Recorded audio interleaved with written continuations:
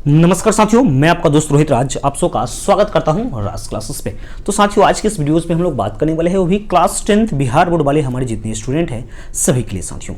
तो इसमें हम लोग बात करने वाले सब्जेक्ट जो हिंदी है उसी का महत्वपूर्ण प्रश्न के बारे में साथियों। इससे पहले वीडियोज आपको मिल चुकी है, उसके सिर्फ क्वेश्चंस के बारे में साथियों बात किया था। ठीक है, क्लास 10 को लघुत्तरीय और दीर्घोत्तरीय प्रश्न के बारे में बात करेंगे इसमें, जो 90% गारंटी के साथ बोलता हूं कि इसमें से जरूर आएगा। क्योंकि आपको विश्वास नहीं है तो क्लास 12th की आर्ट्स वाले के जितने एग्जाम हुए वीडियोस जाकर देख लीजिए। हिस्ट्री हो, ज्योग्राफी हो, या जो सब्जेक्ट हो, इंग्लिश हो या हिंदी हो, उससे आप क्वेश्चन जाकर देख लीजिए। क्वेश्चन 90% जरूर आए हैं साथियों। ठीक है, तो हम लोग बात करेंगे इसमें क्लास 10th की हुई बिहार बोर्ड वाले के लिए। तो क्वेश्चन के बारे में साथियों बात कर दिया था, लेकिन बहुत सारे हमारे स्टूडेंट हैं, सभी का इसमें मैसेज आ रहा था कि सर इसका हमें आंसर नहीं मिल रहा है, इसका एक वीडियोस बनाइए। आंसर के बारे में साथियों वीडियोस लेकर मैं आया हूं। क्वेश्चन और आंसर भी साथ ही साथ है। अगर जो क्वेश्चन आपको वो वीडियोस आपको नहीं देखा है तो उस वीडियो को देख लीजिए, चाहे इसी वीडियो से आपकी पूरी डाउट्स क्लियर हो जाएंगी और सभी क्वेश्चंस को आप लोग आराम से इसको वीडियो को पस करके लिख लीजिएगा। तो मैं कुछ आपको समय दे रहा हूं, आप इस क्वेश्चन को आराम से लिख लीजिएगा, स्क्रीनशॉट कर लीजिए। इसमें क्वेश्चन के बारे में बहुत इंपॉर्टेंट है साथियों। और फिर से आपको एक बार फिर से बताना चाहता हूं, आप हमारे चैनल पर एक बार नए हैं तो चैनल को सब्सक्राइब कर लीजिएगा, बेल नोटिफिकेशन ऑन कर लीजिएगा, ताकि मेरे वीडियो का नोटिफिकेशन आपको सबसे पहले साथियों मिलता रहेगा। आपको इस वीडियोस को ज़्यादा से ज़्यादा अपने सभी दोस्तों में साथियों शेयर कर दीजिएगा। इस वीडियोस का मैंने टारगेट रखा हूँ, इसका लाइक टारगेट रखा हूँ 200 लाइक, जल्दी से जल्दी आप लोग पूरा कीजिएगा। जैसे ही पूरा हो जाता तो मैं साइंस का भी आंसर शीट लेकर आऊँगा, इंग्लिश का भी लेकर आऊँगा, और सोशल साइंस का जो वीडियोस आपको मिला है सब्जेक्टिव क्वेश्चंस का, उसका भी आंसर शीट लेकर मैं जरूर से जरूर बहुत जल्दी आने वाला हूँ साथियों। क्योंकि एग्जाम बहुत कम है, इसलिए मैं वीडियोज बना रहा हूँ साथियों। चलिए, इसमें कुछ हम आपको पॉइंट्स दिए थे कि उस सब पॉइंट्स को आपको क्लियर कर लेना है। तो इसमें था क्या, कुछ ऑब्जेक्टिव या सब्जेक्टिव के लिए क्वेश्चन आपको था कि दही वाली मगम्मा जो एक कन्नड़ भाषा है उसके लेखक है श्रीनिवास, वही है इसमें श्रीनिवास। दूसरा है ढहते विश्वास जो उड़िया है उसका लेखक है सातकोरी होता। थर्ड नंबर में है ये आपका वर्णिका का है साथियों। माँ है गुजराती है, इसका है ईश्वर पटलीकर। 4 नंबर है नगर जो तमिल में है सुजाता। और 5 है धरती कब तक घूमेगी जो राजस्थानी है, इसके लेखक है सावर दैया।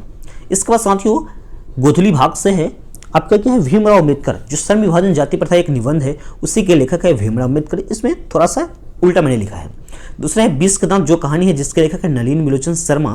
और तीसरा है भारत से हम क्या सीखे, जो एक भाषण है। आपसे ऑब्जेक्टिव में पूछेंगे कि भारत से हम क्या सीखे, क्या है, भाषण है, लेख है या क्या है चीज़ है, तो आप जानते हैं कि भाषण है और इसके लेखक है मैक्स मुलर जी हैं। ठीक है, इसके बाद है आपका नाखून क्यों बढ़ते क्या है, तो एक दलित निबंध है जिसके लेखक हजारी प्रसाद द्विवेदी जी हैं। और नेक्स्ट है नागरी लिपि, वो एक निबंध है जिसके लेखक है गुणाकार मूले। इसके बाद आता है कि बहादुर जिसके लेखक है अमरकांत जी, यह कहानी है। इसके बाद है परंपरा का मूल्यांकन भी एक निबंध है, रामविलास शर्मा जी का है। इसके बाद है जीत जीत में निरखत हूँ, साक्षात्कार है, जिसके लेखक है बिरजू महाराज जी। ठीक है, बहुत फेमस आदमी हैं।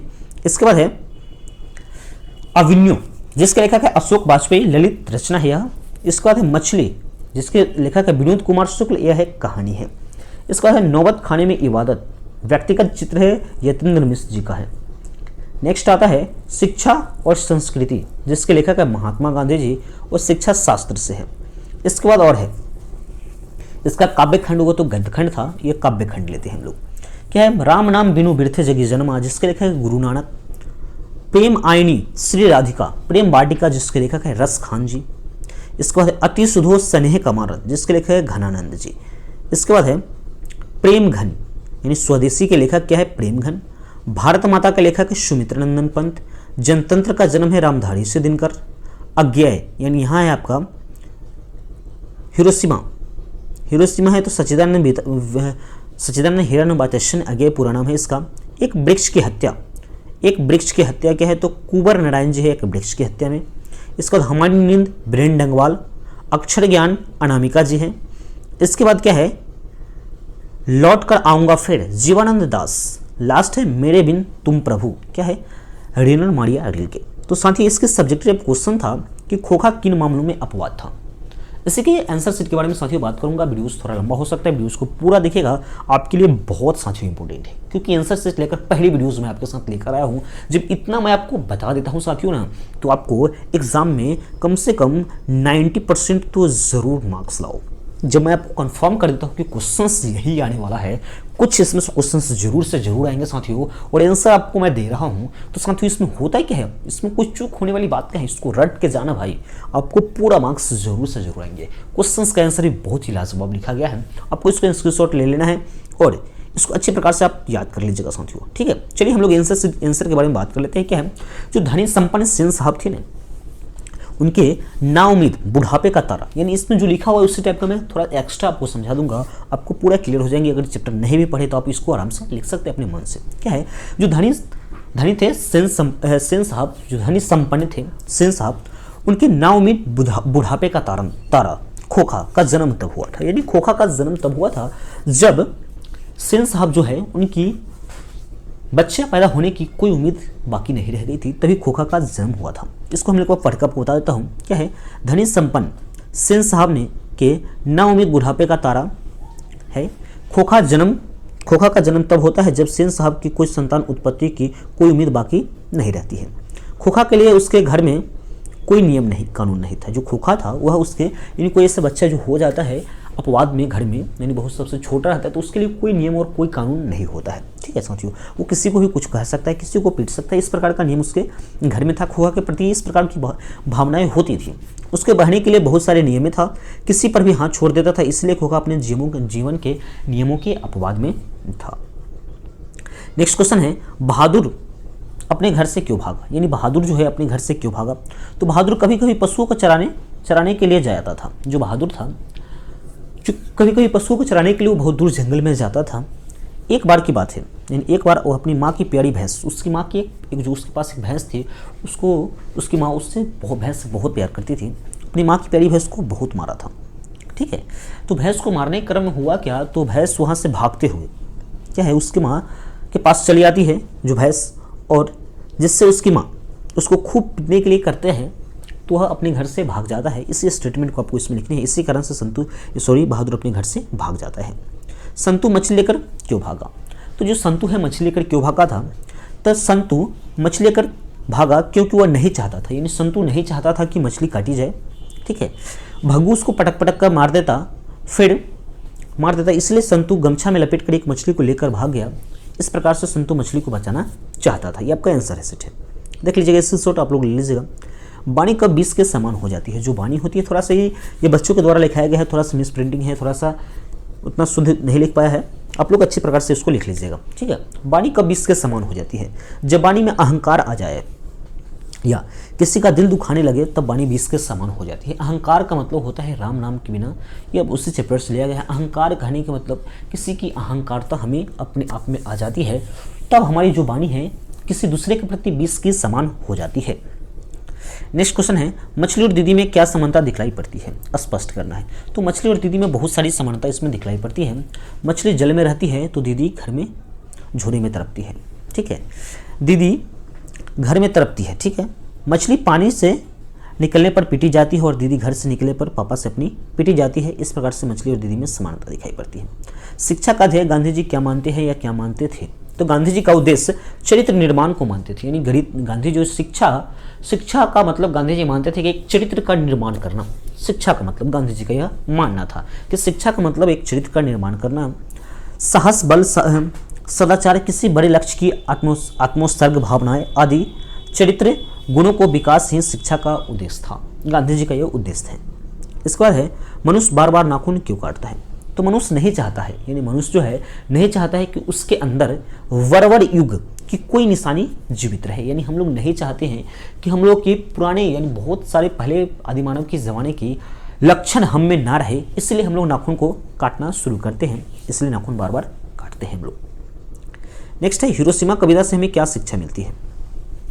तो हिरोशिमा कविता में मानवीय संवेदनाएं स्थापित करते हुए चेतावनी के रूप में प्रस्तुत किया है, यानी इस हिरोशिमा कविता में कभी है मानवीय संवेदना, जो मानवीय संवेदना होता है, और चेतावनी के रूप में प्रस्तुत किया है। इस कविता में आधुनिक सभ्यता में दुर्दशा, मानवीय विविधता का चित्रण है, जिसमें से हमें संदेश मिलता है कि हम विकास क्रम में मानवता को नहीं भूलें, यानी अपनी विकास क्रम में अपनी मानवता को नहीं भूले एवं हिंसक प्रवृत्ति पर नियंत्रण करें। हिंसक प्रवृत्ति कहने का मतलब कि इधर उधर ज़्यादा बदमाशी करती, इधर किसी को मार देते हैं, कोई आकस्मिक घटना जो होता है किसी को ठोकर मारती, इस प्रकार की संवेदनाएं हम लोग नहीं रखें, अपने आप को नियंत्रण रखें। अन्यथा मानव कल्याण की जगह विशाल शिला की धरती, यानी अगर जो इस प्रकार के अगर हम मानव कल्याण के विरुद्ध अगर जो कोई कार्य करते हैं तो जो धरती है तिलमिला उठती है, ठीक है। नेक्स्ट क्वेश्चन है, लेखक क्यों पूछता है कि मनुष्य किस ओर बढ़ रहा है, पशुता की ओर की मनुष्यता की ओर।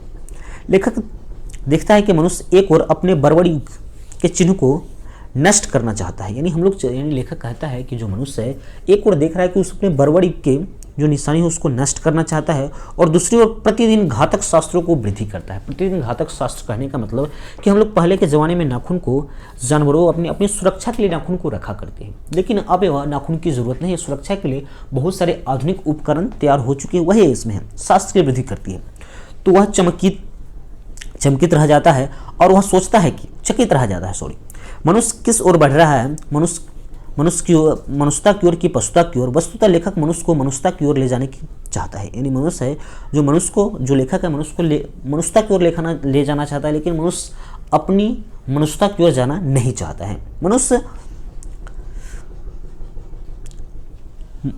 मनुष्य यहाँ पे है, मनुष्य संयम और स्वाधीनता के भाव से जग एवं शास्त्रों की ओर जग पढ़िए, जग है आपका, ठीक है। नेक्स्ट क्वेश्चन है, लेखक की दृष्टि से सच्चे भारत का दर्शन कहाँ हो सकते हैं और क्यों। तो क्या है, लेखक रहेगा या मैक्स मुलर रहेगा, ठीक है। आपका यहाँ पे लेखक पूछे या मैक्स मुलर पूछे, दोनों आपका सेम है बाबू। तो इसमें इसका आंसर क्या हो जाएगा, लेखक यानी मैक्स मुलर की दृष्टि में सच्चे भारत का दर्शन मुंबई, चेन्नई, कोलकाता जैसे शहरों में नहीं, बल्कि जो भारत की गांव होती है, छोटा सा गांव, उसी में उसकी आबादी, सबसे ज़्यादा आबादी गांव में बसती है। इसीलिए लेखक यहाँ पे अपनी यह बताना चाहता है कि जो इसकी दृष्टि है कहाँ बसती है, गाँव में बसती है, यहाँ पे इतिहास इसकी जागृत रहती है, ठीक है। यहाँ पे आप देख लीजिएगा अपने आंसर को, इसको नोट कर लीजिएगा साथियों, आपको पूरा कंफर्म हो जाएगा। सीता अपने ही घर में क्यों घुटन महसूस करती है। यह प्रश्न धरती कब तक घूमेगी पाठ से लिया गया है। जो यह सीता वाला है तो यह धरती कब तक घूमेगी पाठ से लिया गया है। इसके लेखक सावरदैया है। लेखक बताते हैं कि सीता के 3 बेटे हैं, यानी सीता के 3 बेटे हैं। बड़े बेटे का नाम कैलाश, दूसरे का नारायण और तीसरे का नाम है विरजू। तीनों भाई फैसला करता है कि माँ को एक महीने खाना खिलाएंगे, जिसके कारण माँ को तो 2 वक्त की रोटी मिल जाती थी। यानी माँ को अलग अलग तीनों भाइयों ने निर्णय किया कि माँ को एक महीने तीनों भाइयों को खाना खिलाएंगे। तो ये तो बात उनको हो गया, 2 रोटी तो मिलती थी लेकिन ताने उसको साथ मिलता था, जिसके कारण उसको घुटन महसूस होता था। रंगप्पा कौन था, मगम्बा से क्या चाहता था। तो रंगप्पा मगम्बा के गांव का शौकीन मिजाज का एक जुआरी था। वह कुछ दिन से तकलीफ में था, जिसके कारण मगम्बा से कर्ज लेना चाहता था और उसके साथ कुछ शारीरिक संबंध बनाना चाहता था, ठीक है साथियों। क्वेश्चन से देख लीजिएगा। पपाती कौन थी और शहर क्यों लाई गई थी। पपाती बल्लियामाल की 12 वर्षीय पुत्री थी। जो पपाती थी बल्लियामाल की, वह 12 वर्षीय पुत्री थी। उसको तेज बुखार था, ठीक है, जिसके कारण गांव के प्राइमरी हेल्थ सेंटर के डॉक्टर ने उसको सलाह दिया कि इसको शहर में ले जाने के लिए। इसीलिए उसकी माँ बल्लियामाल ने उसको शहर ले आई थी। नागरी को देवनागरी क्यों कहती है। इसका साथियों इसका आंसर आप लोग देख लीजिएगा, ठीक है। यहाँ से स्क्रीनशॉट ले लीजिए, पढ़ देते एक बार। नागरी नाम के संबंध में अनेक मत है। कुछ विद्वानों का विचार है कि गुजरात के नगर में ब्राह्मणों ने सबसे पहले इस लिपि का प्रयोग किया, इसीलिए इस लिपि का नाम नागरी पड़ा। कुछ विद्वानों का मत है कि सब नगर है, लेकिन काशी देवनागरी है, अतः यह प्रयोग करना देवनागरी के हित में है। ये लिख लीजिएगा। मगम्बा को अपने बहू के साथ किस बात को लेकर विवाद था। ये क्वेश्चंस तो आप लोगों को आता ही होगा, ठीक है। इसमें थोड़ा सा आपका धुंधला हो गया है, देख लीजिएगा। सास और बहू में स्वतंत्रता की होड़ लगी रहती है। सास अपने बेटे पर हक जमाना चाहती है, या बहू अपने पति पर हक जमाना चाहती है। यानी सास जो होती है अपने बेटे पर हक जमाना चाहती है और जो बहू है अपने पति पर हक जमाना चाहती है। मगम्बा की बहू नजम्बा किसी बात को लेकर अपने बेटे को खूब पिटाई कर दी, तो उसकी जो बहू है, सॉरी उसकी सासू है मगम्बा, जो बोली क्यों रे राक्षस इस छोटे से बालक को क्यों पीट रही है। इसी बीच दोनों इसी मतभेद को लेकर इसी बात को लेकर दोनों के बीच मतभेद हो गया और दोनों में बहस शुरू हो गई। इस कारण कि उस दोनों में एक साथ विवाद हो गया। इसको लिख लीजिएगा अपने से। बहू ने सास को मनाने के लिए कौन सा तरीका अपनाया। तो नजम्मा है, जो मगम्बा की बहू का नाम क्या है, नजम्मा। ऑब्जेक्टिव टाइप क्वेश्चन पूछ सकता है आपको। बहू ने सास को मनाने के लिए अपने बेटे का सहारा लिया, अपने बेटे को सिखाया, अपने बेटे को पढ़ाया कि तू जा दादी के पास, दादी मिठाइयाँ देगी। ऐसी तरह की बात अपने बेटे को समझाती है और कहती है कि अगर दादी कहेगी तो दादी को बोलना कि मैं अपनी माँ के साथ नहीं जाऊँगा, तुम्हारे साथ ही रहूँगा। इस प्रकार से दादी उसकी बात को मान जाती है और उसके साथ रहने लगती है, ठीक है। लक्ष्मी कौन थी, उसकी पारिवारिक स्थिति का चित्र प्रस्तुत कीजिए। जो लक्ष्मी है ढाते विश्वास कहानी की एक प्रमुख नायिका है लक्ष्मी, जिसका घर और उसके पति का नाम लक्ष्मण है। उसके कमाई से उसके परिवार का भरण पोषण नहीं हो पाता था, जिसके कारण वो अपने गांव के तहसीलदार साहब के यहाँ छिटपुट कर काम करके अपने जीवन यापन करती थी। गांधी जी बढ़िया शिक्षा किसे कहते हैं। तो गांधी जी सबसे बढ़िया शिक्षा अहिंसा, प्रतिरोध दरअसल अक्षर ज्ञान से पहले बच्चों को यह बता देना चाहिए कि सत्य और असत्य में प्रेम और घृणा से क्या किस प्रकार से इसको सही किया जा सकता है, किस प्रकार से इसको जीता जा सकता है। जातिवाद के पुस्तक उसके पक्ष में क्या तर्क देना चाहते हैं। लेखक कहते हैं कि जातिवाद के पुस्तक उसके पक्ष में लेखक तर्क देते हुए कहते हैं कि पहली बात तो यह है कि आपत्तिजनक है कि जाति प्रथा श्रम विभाजन के साथ साथ श्रमिक विभाजन का भी रूप लिए हुए हैं। श्रम विभाजन निश्चित ही सभ्य समाज की आवश्यकता है। इसका तो भारत माता कविता में कवि भारतवासियों का कैसा चित्र प्रस्तुत किया है। तो भारत माता कविता में कवि भारतवासियों का यथार्थ चित्र प्रस्तुत करते हुए कहते हैं कि इन लोगों के शरीर पर साबुन कपड़े नहीं है, ये लोग नंगे अधनंगे हैं, ये लोग आधा पेट खाकर अपना जीवन व्यतीत करते हैं, निस्वार्थ भाव से लोगों की खूब शोषण होता है, ये लोग अत्यंत दुखी है, यानी अत्यंत गरीब है, अशिक्षित है, मूर्खता है और इसमें अशिक्षितता है, जिसके कारण इसका गर्दन अभी भी झुका हुआ है। इसका सप्रसंग व्याख्या करना, सदियों की ठंडी बुझी राख सुबह उठी है, मिट्टी सोने के ताज पहनकर इटलाती है, यही आपका क्वेश्चन है। तो ये प्रस्तुत पंक्ति हमारे पाठ्यपुस्तक में संकलित रामधारी से दिनकर के जनतंत्र का जन्म पाठ से लिया गया है। कविता की इन दो पंक्तियों में कवि कहता है कि सदियों की स्वतंत्रता की बुझी राख में छिपी हुई चिंगारी चमक उठी है, अर्थात स्वतंत्रता की मांग प्रस्तुत हुए फलता स्वरूप। इस प्रकार के क्वेश्चन को आप लोग इसमें स्क्रीनशॉट लेकर लिख लीजिएगा। इसमें ये भी क्वेश्चन का भी लिख लीजिएगा। हुंकारों से महलों की नींव उखड़ जाती है, सांसों के बल पर ताज हवा में उड़ता है, जनता की रोके राह समय में ताब कहाँ, वह जिधर चाहती है काल उधर ही मुड़ जाती है। इसको स्क्रीनशॉट साथियों एक बार ले लीजिएगा, बारी से लिख लीजिएगा आप लोग, ठीक है।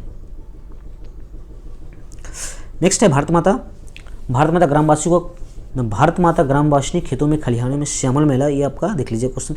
इसके बाद यहाँ पे है साथियों कुछ निबंध है, जो निबंध आप लोग कहीं से भी अपनी बुक से लिख लीजिएगा। आतंकवाद था, इसमें थोड़ा सा लिखा हुआ है, उतना अच्छा भी नहीं है, राइटिंग सही नहीं, इसके कारण मैं आपको नहीं बता रहा हूँ। इसके बाद होली पर निबंध है, ठीक। इसके बाद आ जाता है प्रदूषण पर निबंध है। इसके बाद आवेदन पत्र तो आप लोगों ने सीख लिया है, आवेदन पत्र ये सब देख लीजिएगा। इसमें व्याकरण सेक्शन में जो आपका व्याकरण सेक्शन है उसको भी आप लोग एक बार आराम से देख लीजिएगा साथियों। ये सभी क्वेश्चन को आप लोग अच्छे से तैयारी कर लीजिएगा, क्योंकि आपके रिक्वेस्ट पर ही मैं वीडियोस बना दिया हूँ, और इस वीडियोस को सभी दोस्तों के पास साथियों जरूर शेयर कीजिएगा, ठीक है। तो मिलते हैं नेक्स्ट वीडियो में, तब तक के लिए जय हिंद।